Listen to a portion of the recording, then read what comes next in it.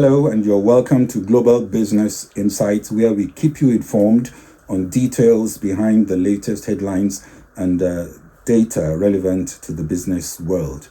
We consider in more detail the budget statement that was just read by UK Chancellor Hunt about midday, and no major surprises. The pound has been up and down through the read, somewhat flat at best, slightly but not materially higher. I expect most of what we heard had been priced into the modest increase in the pound to the dollar rate that we've seen the last few days. Fed Reserve Chair Jerome Powell said on Capitol Hill today that he expects interest rates to start coming down this year, but he's not prepared to say when. He added that policymakers were attentive to the risks that inflation poses and don't want to cut too early. He also added that the pandemic may have changed in a sustained way how they target inflation, and also that the US is seeing growth, which should continue, reiterating that there is no reason to think the economy faces significant near-term risk of recession. And the Egyptian pound hit a record low against the dollar today after the central bank hiked interest rates by 600 basis points and devalued the currency. This was to align with the International Monetary Fund as it hopes for an extension of its current $3 billion financial support package. Tesla CEO Elon Musk has tweeted that he will not be giving to the campaigns of either President Joe Biden or former President Donald Trump. And still on politics, Nikki Haley has ended her campaign for president, also just stopping short of endorsing her rival Donald Trump. Also in the US, we just got the private sector ADP jobs growth data coming slightly less than expected. We hope to see non-farm payrolls data to be released on Friday. And also on jobs, the number of job openings on the last business day of January in the US came in at 8.86 million, following a downwardly revised 8.88 million openings in December, and also slightly less than expectation of 8.9 million job openings. And I'm not so surprised that former Deputy Governor at the Central Bank of Nigeria, Kingsley Moghalu, is suggesting Nigeria should go for a 30 billion IMF fund or loan. We will offer perspectives on why that may not be such a bad idea. Because we have asked those with the broadest shoulders to pay a bit more, today I go further. From April the 6th, employee national insurance will be cut by another 2p from 10% to 8%. And self-employed national insurance will be cut from 8% to 6%. It means an additional £450 a year for the average employee, or £350 for someone self-employed. When combined with the autumn reductions, it means 27 million employees will get an average tax cut of £900 a year. 2 million self-employed will get a tax cut averaging £650. Changes that make our system simpler and fairer, and changes that grow our economy by rewarding work. The OBR say, when combined with the autumn reduction, our national insurance cuts will mean the equivalent of 200,000 more people in work, filling 1 in 5 vacancies, adding 0.4% to GDP and 0.4% to GDP per head. This is the second fiscal event where we've reduced employee and self-employed national insurance. We've cut it by 1/3 in 6 months, without increasing borrowing and without cutting spending on public services. That means the average earner in the UK now has the lowest effective personal tax rate since 1975.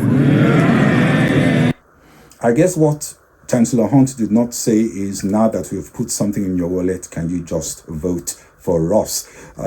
Many had been concerned, especially in business circles, that the Chancellor will sacrifice the longer-term strategic wins for more short-term focus and micro-tactics to share a limited pie of giveaways, ending up in little pieces that miss the bigger picture.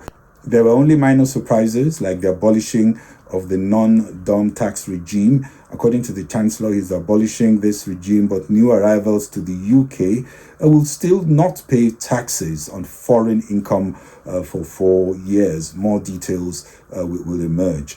Apart from the national insurance tax cut, Hunt also raised the VAT threshold for small businesses to £90,000 and announced higher taxes on vapes and business class flights as was expected. Also, income tax or corporate tax rates were untouched, which will please the IMF, and the 2p cut on NI was really expected, and many had already got used to that. The Chancellor did his best to sell the budget measures by a new emphasis on the business case, for example, linking additional NHS support to improvements in productivity. Market reaction was mute. Yields on UK government debt were little changed by his announcements, indeed, as almost everything had been digested ahead of the presentation. Labour leader Keir Starmer called the budget a last desperate act, with people saying more and more for less and less, as he called for an early election, which did not come across as likely. Some even now speculating there may be one more budget act before the election. The Office for Budget Responsibility that double-checks the numbers said the economy will grow a bit faster than expected, and that, plus a few tax rises and existing fiscal room, are what is funding the cuts. Will the budget change the mind of voters? Not this budget, at least. And is there anything that could have been done to woo voters better? I'd say not really, given the very narrow fiscal room. Hunt gave in to some pressures from the opposition Labour Party, like with the non-dom tax regime and extending the oil and gas windfall taxes. The Chancellor also found something for crowd pleasers, including a further £5 billion freeze in fuel duty and also a freeze to alcohol duty.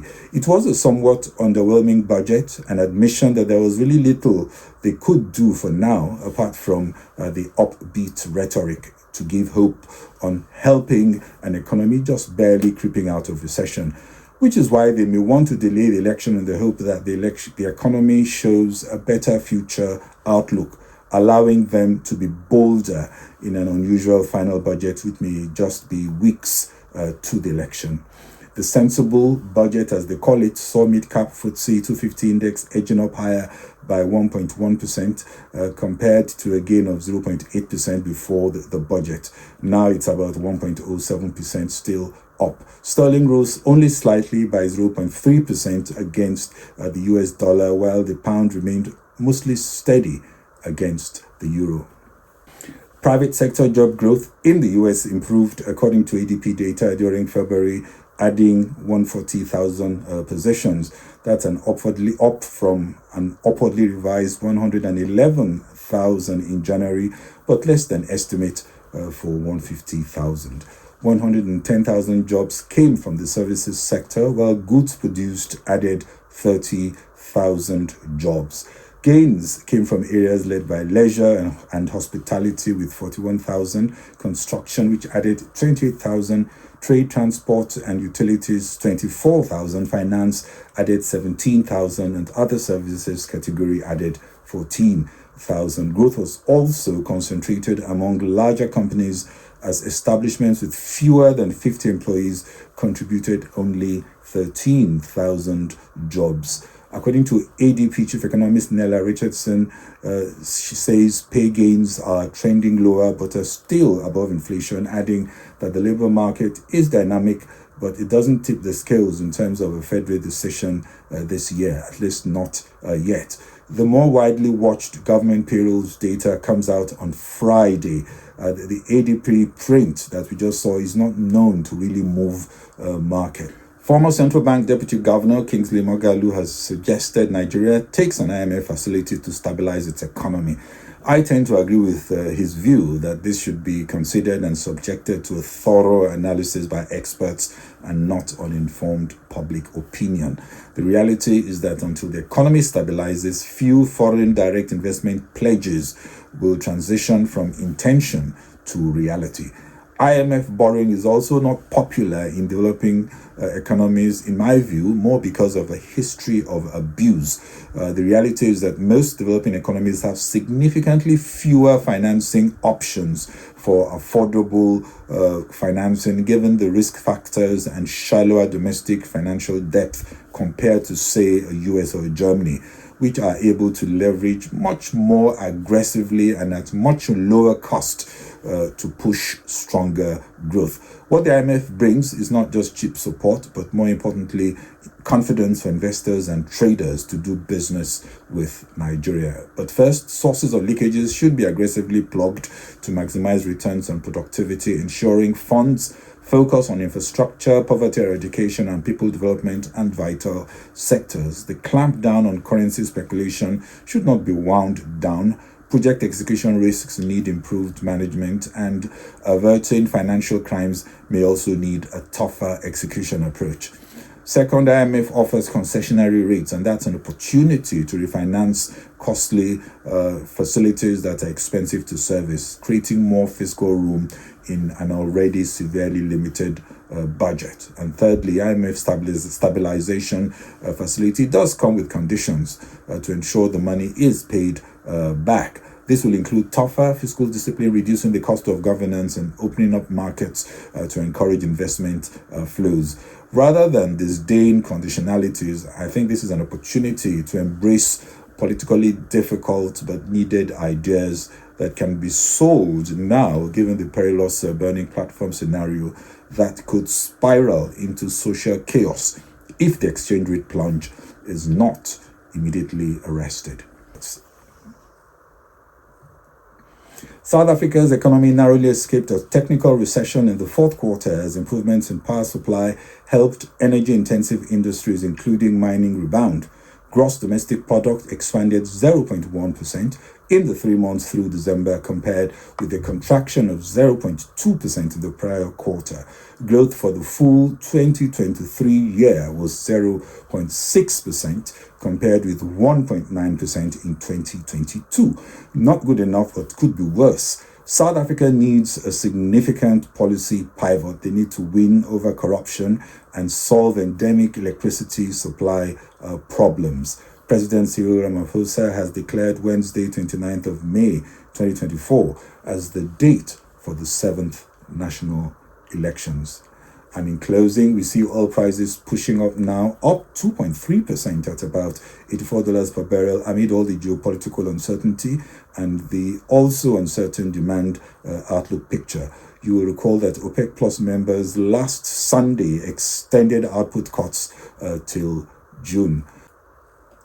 And looking at markets, Asia Pacific markets closed mostly in the red. Hang Seng, however, was up 1.7%, while the Nikkei 225, that's the Japanese index, was down 0.02. The Shanghai Composite and the Shenzhen Composite also down 0.26, 0.22% respectively. We also saw the South Korean Kospi down 0.3%.